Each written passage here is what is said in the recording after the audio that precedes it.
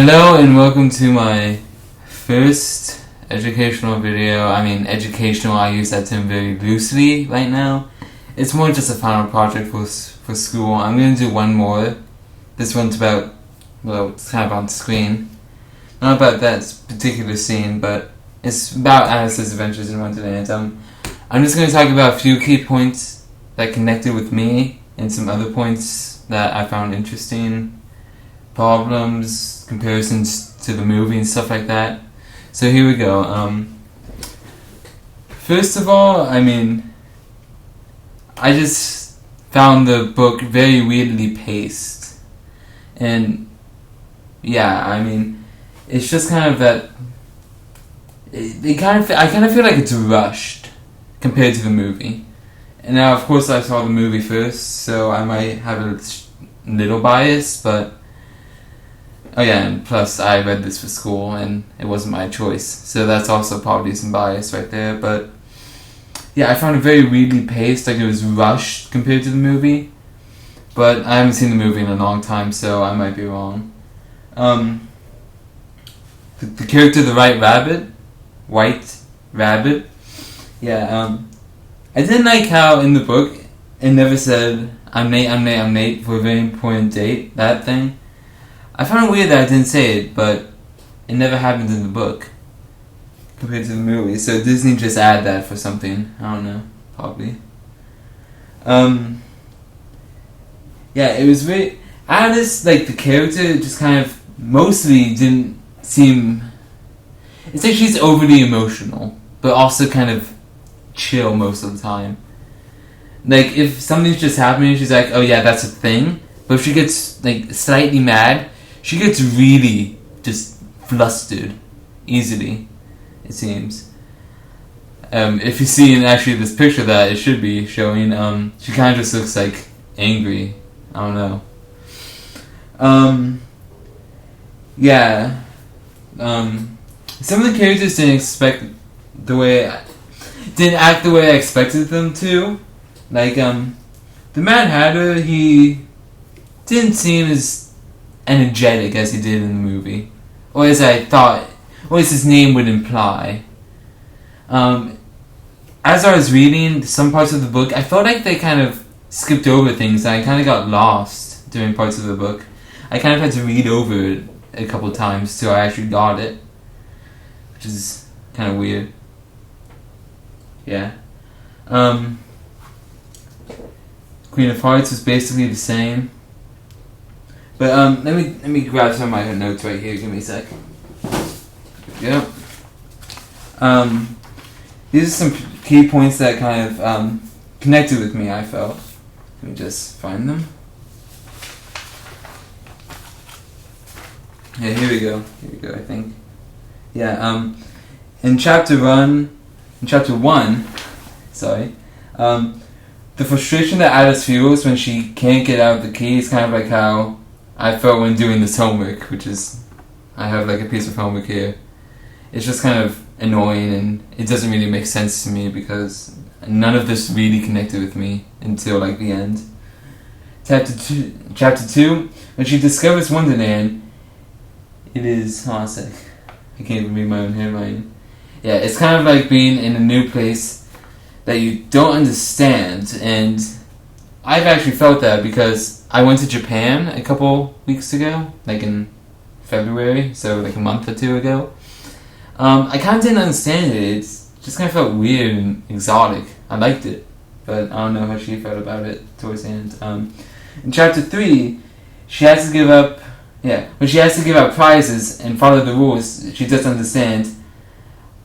I forgot. It's just like the chapter 1. I don't understand this homework, and I don't see why I have to do it because whatever. This is the end of chapter 3 when Alice is alone and homesick. It's kind of like when I. Oh wait, hold on a sec. Oh yeah, sometimes in the summer I go to Martha's Vineyard and I get really homesick. So when she's like alone and missing, what's the cat's name? Well, the cat that she has. It's kind of like when I'm missing my pets in Martha's Vineyard. Yeah. In chapter 1, right there, when she's falling down the rabbit hole, it's like sometimes when you can't... Hold on a sec. Sorry. Yeah, it's just like when you can't fight what's happening, you just kind of have to accept it. I mean, I hate homework and that's kind of what I feel, but I'm still going to stop complaining. Get these notes now. Yeah. Okay, in chapter 4, and like these are the chapters, I couldn't get an accurate page number because it wouldn't show me on my Kindle. But in chapter 4, when she drank something. Oh, it's like I have to read this. I'm super sorry. Oh yeah. I kind of, when she drank something to just to see what would happen, like just hoping for the best. I kind of do that too. It's just kind of like I kind of dive in and just hope for the best to happen, and if it doesn't, you guys just kind of have to go along. In the end of chapter 4, Alice plays with the dog. I play with mine often. I mean, that's just kind of a thing I had to do for homework. But I mean, it really sort of connected with me. When the caterpillar says, "What do you mean by that? Explain yourself." I kind of keep asking people over and over again, just continually, and until I get the answer I want sometimes, but mostly it's just to be annoyed. Give me a sec.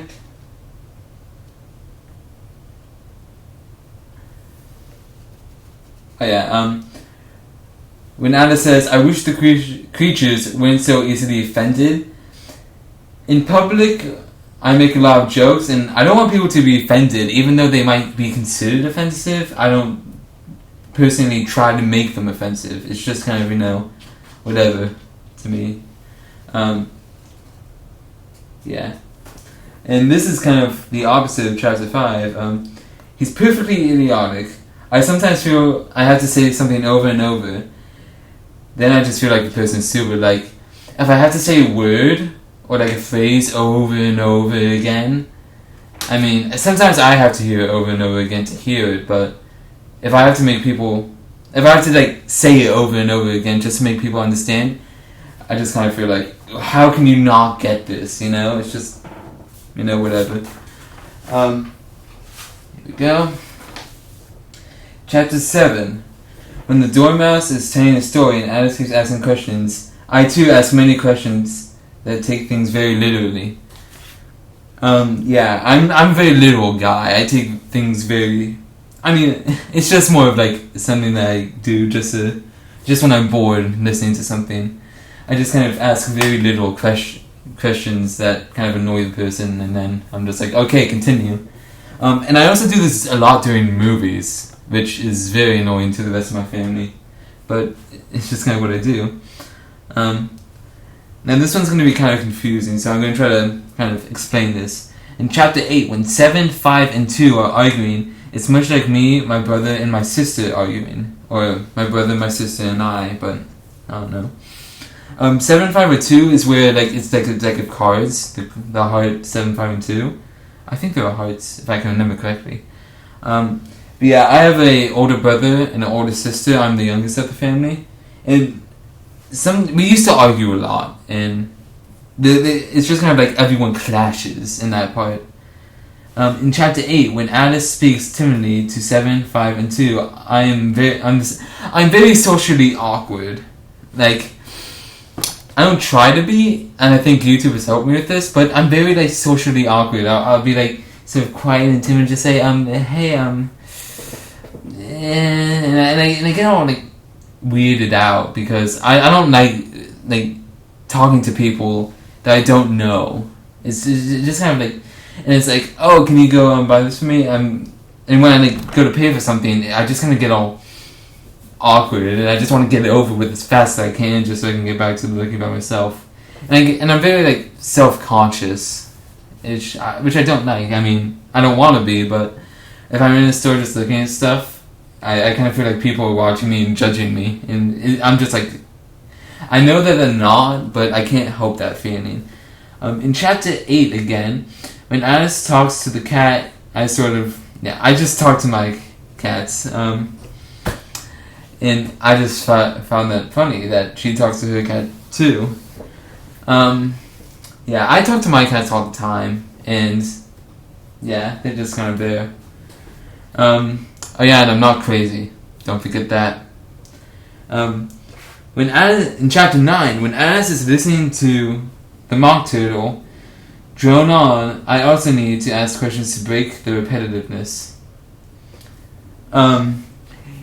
So if I just need like a story to go on and on, I'll just like ask a question just so I can get like a moment of not listening to that over and over again. It just kind of breaks it right there. Give me 1 second, I have to do something with my notes. Okay, I'm back. I just had to reorganize them, but everything's good now. I'm going to talk about some of the poems or songs and about them, like in the differences between the movie and book. As I said in the beginning, the white rabbit never says I'm late, that thing. He's just like, oh me, oh my, I'm late for this, and he just kind of goes on. And there are like literally no other songs in the book except for like the Mock Turtle song, which is kind of not really a song, and a couple other rhythmic repetitive songs of a way, or poems or whatever. Yeah, it just, and like I think Disney just does it because that's what they do, you know. It's just kind of how that works. But yeah, I kind of find it interesting that they had to come up with that all by themselves. Yeah. The illustrations in the book compared to the movie, they like differ very much, but like Alice looks a bit more girlish, I'd like to say. Like in this picture specifically, she kind of looks kind of weird, like tomboyish or something. I mean, she still has that dress, but it just kind of looks weird. Mad Hatter, he looks quite the same. He's not... I mean, his face is a bit more elongated, I'd say. But other than that, it's exactly the same. And except for the hat, which doesn't have that huge thing on it. It just has that little 10/6 on it. The March Hare, he's a bit more anthropomorphic, I'd say. He looks more like a human, not much as like a hare or a rabbit, whatever. The mouse, I think it's Dormouse. Yeah, the Dormouse, super small. Like he's like size of like, I don't know, teacup maybe. I mean, he goes into the teapot in the animated movie. So yeah, and that's why I'm basing all my comparisons on the animated movie. So yeah, because no one cares about the Tim Burton movie. That one just is completely horrible. What else? Let me think. I guess. Oh yeah. Going back to the pace of the book, I felt like each chapter tried to cram a lot of stuff, and it kind of was like a sensory overload for me. I'm like, wait. Can you say that again? And it's just kind of like all thrown at you in a very weird way. Like, if you read slowly, it's perfectly fine, and if you can actually comprehend the words on the page as you're reading, then it's fine. But I have ADHD, so it's kind of hard for me, because I just kind of read, then five pages later, I'm like, wait, where am I? And it's just kind of weird. Yeah, so I hope this passes for my final project, I guess. I don't know. If not, whatever. If so, I don't have to do this again. I'll make my last educational video tomorrow, but other than that, I'll see you guys in the next video, which is going to be educational most likely. But hopefully no more from this point on. Goodbye!